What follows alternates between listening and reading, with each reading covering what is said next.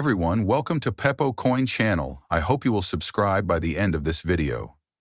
As a result, there have been some significant developments in Congress, particularly with regard to stablecoins. We are aware that the RLUSD is generating a lot of buzz, particularly lately, but I believe it will keep rising and that it will become much more integrated into the U.S. financial system than many people realize. However, I do want to start this video by discussing some recent happenings before we really get into that. The first person here is from Coinbase Institutional. We are pleased to announce that Coinbase Derivatives has submitted a self-certification application to the CFTC for XRP futures, offering a capital-efficient and regulated means of gaining exposure to one of the most liquid digital assets. The contract is expected to take into effect on April 21st. This is a fantastic initiative. I believe Hedera was only recently integrated to this platform as well. I would love to see it. Now, if I'm being completely honest with you guys, I don't really use Coinbase all that much, so I haven't been using this exchange or anything similar. We are aware, however, that the platform has been expanding.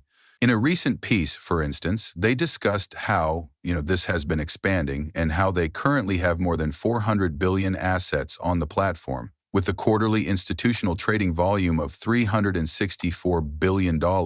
Considering how large the platform has become, they are therefore highly important considerations. Additionally, they have more than 250 assets available for trade and more than 430 assets supported for custody.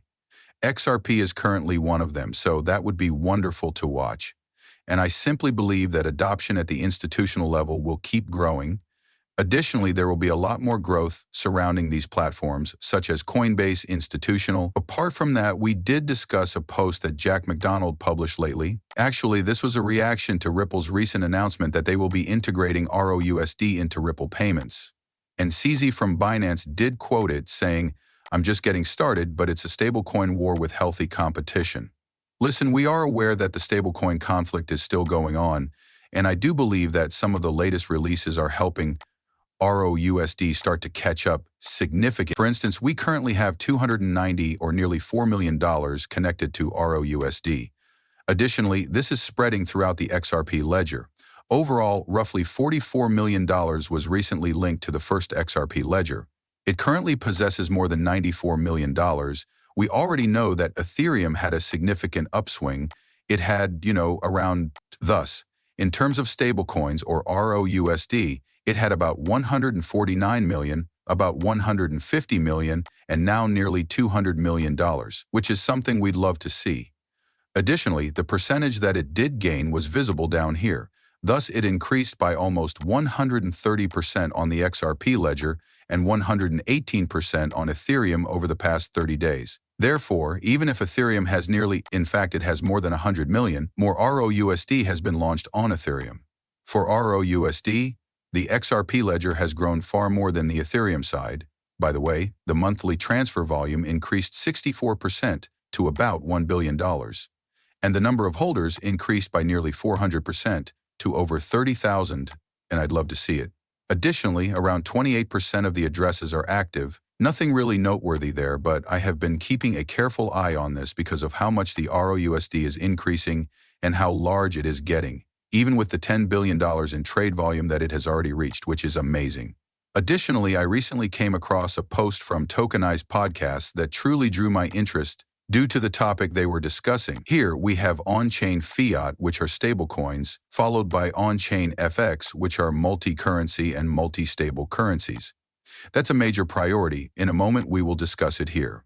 The co-founder and CBO of Bank Finance, BVNK, now claims that while dollar supremacy in stablecoins is here to stay for the near future, a complex stack must be built in order to process payments on the chain. The FX market comes in second, followed by on-chain treasuries, on-chain currency, which is backed by fiat, aggregation and liquidity, and yield generation, which is lending.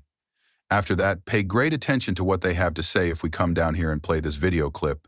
They can perform on-chain foreign exchange, and you can do an execution through a DEX or something similar. You can have both fiat currencies or several fiat currencies on a blockchain with the appropriate amount of liquidity where you transfer, payments entirely on-chain. So I'm curious to see if we go in that route, but right now, I'm seeing it very early, And I suppose my perspective for 25 and 26 is still very dollar denominated.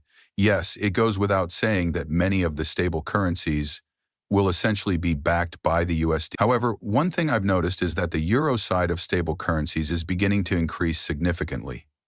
We now know that the XRP ledger contains ROUSD. Thus, there is already a strong USD stack supporting the XRP ledger. However, what about the others? Because the foreign exchange market, which consists of multiple stablecoins and currencies, is worth $7.5 trillion every day. Even back here, if we consider the steady coin growth, the ROUSD has already seen a trading volume of above 10 billion. However, keep in mind that Ripple already controls 90% of the foreign exchange market. We are aware that this year will see the launch of the Society General V stablecoin on the XRP ledger, stated 20 USD stablecoin on the FX market. Therefore, two of the largest players in the FX market are a USD stablecoin and a Euro stablecoin. In addition, a Brazilian bank, Brasa Bank, is releasing a stablecoin on the Ripple's network that is based on the Brazilian real. Another massive fiat currency appears on the XRP ledger. The final one to actually, seal the deal comes next. A digital pound is called RLGP.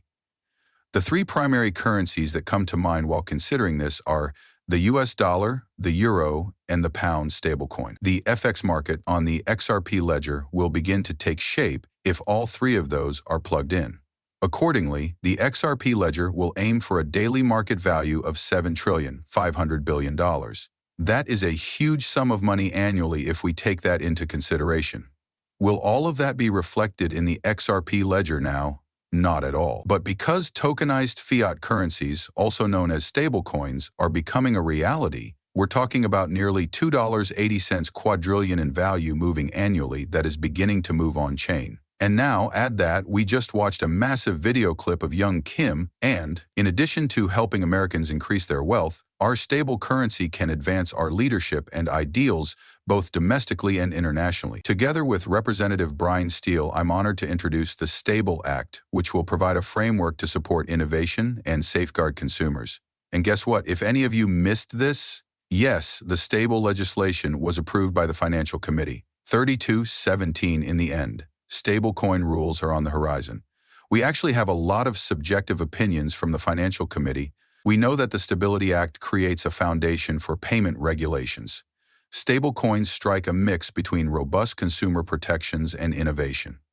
Guarantees that the United States stays at the forefront of the development of digital assets, establishes unambiguous regulatory boundaries, and strives to update the American payment system. This is really enormous. Let's get started with this video clip that actually addresses this. I appreciate Chairman Hill allowing me to speak about this crucial piece of legislation. Being an original co-sponsor of the Bipartisan Stable Act makes me proud, and I think it advances our long-standing goal of encouraging innovation in America and disseminating it globally.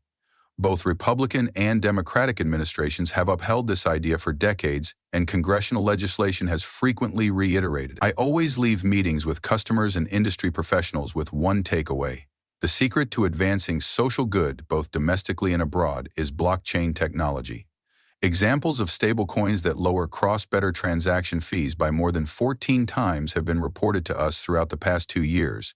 As a result, we can more effectively support American interests and ideals globally and provide aid to other countries. At home, President Trump has stated unequivocally that he wants the federal government to use digital payments. We may be able to provide relief to Southern California towns affected by